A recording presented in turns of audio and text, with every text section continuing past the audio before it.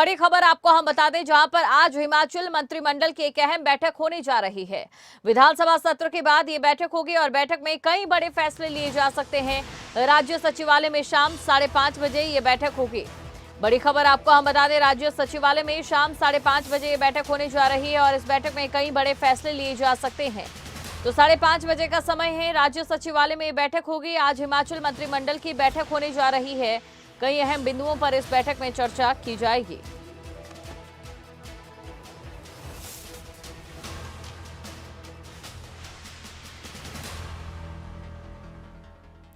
और इसी खबर पर अधिक जानकारी के साथ शिमला से ब्यूरो प्रदीप ठाकुर हमारे साथ लाइव जुड़ चुके हैं। तो सीधा चलिए आपको शिमला लिए चलते हैं। प्रदीप, देखिए काफी खास ये बैठकें हैं, जितनी भी सीएम सुक्खू की ओर से लगातार की जा रही, कई ऐसे फैसले निकलकर सामने आ रहे हैं जो कि वाकई जनता के लिए कहीं ना कहीं खास साबित हो रहे हैं। तो इस बार की बैठक में क्या कुछ खास रहने वाला है?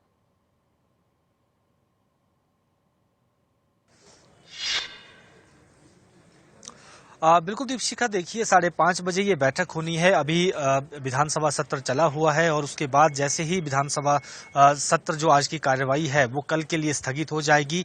उसके बाद सभी कैबिनेट मंत्री राज्य सचिवालय जाएंगे। वहां पर मुख्यमंत्री की अध्यक्षता में कैबिनेट बैठक होने वाली है।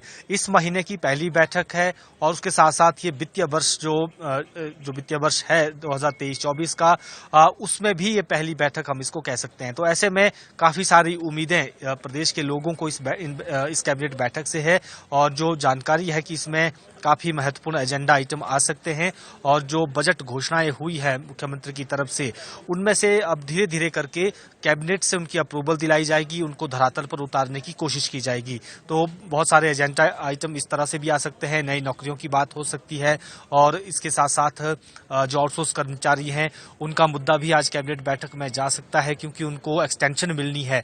ज्यादातर कई ऐसे विभाग हैं जहां पर आउटसोर्स कर्मचारियों का कार्यकाल खत्म हो चुका है 31 मार्च को ही। उसमें जो कंपनियां वहां पर काम कर रही थी उनके टेंडर जो है वो 31 मार्च तक के थे।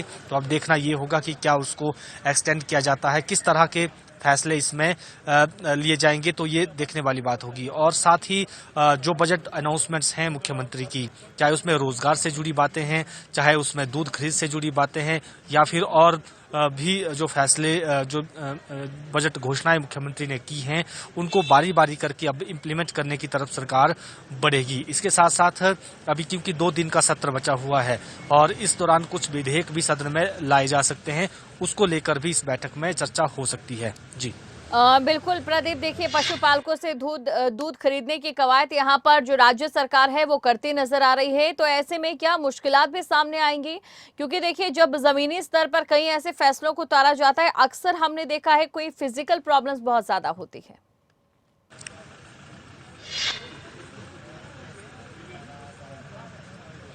बिल्कुल, देखिए ये 10 गारंटियों में से एक गारंटी कांग्रेस पार्टी की है, जिसमें ये कहा गया था कि जो दूध पालक है, पशुपालक है, उसमें चाहे गाय का दूध है, भैंस का दूध है, उसको 80 रुपए और 100 रुपए प्रति लीटर के हिसाब से खरीदा जाएगा। अब वो कैसे खरीदा जाएगा, क्योंकि मार्केट में तो 50 रुपए लीटर के हिसाब से ही आपको बेचना पड़ेगा। कुछ जगह 40 रुपए रेट भी है, कुछ जगह 60 रुपए रेट भी है। तो कम ज्यादा रेट पर खरीदना होगा, कम रेट पर बेचना होगा।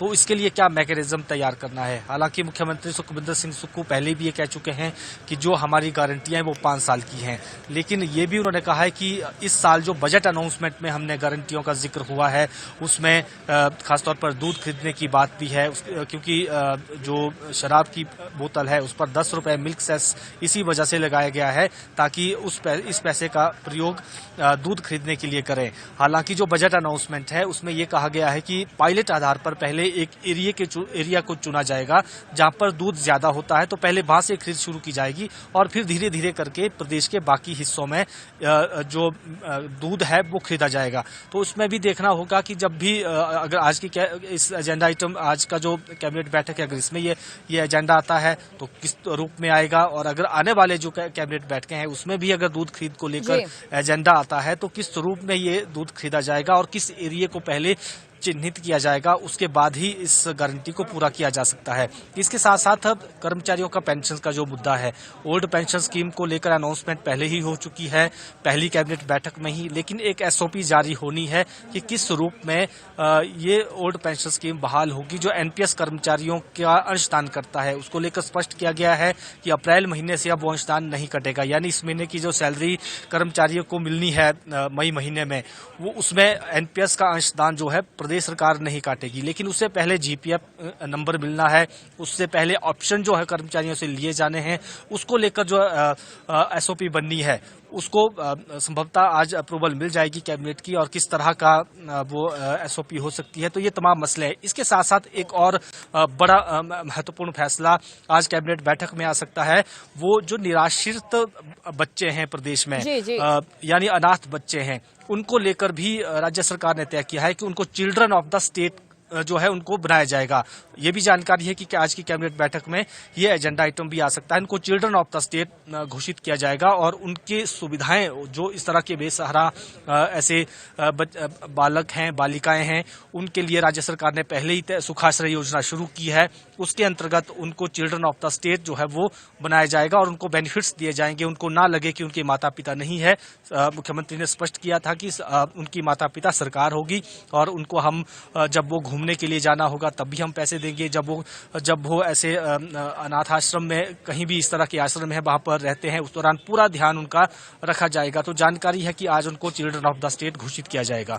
जी बिल्कुल, तो काफी खास ये फैसले रह सकते हैं। प्रदीप, नजर आप बनाए रखिएगा, आगे भी आपसे हम जानकारी लेते रहेंगे।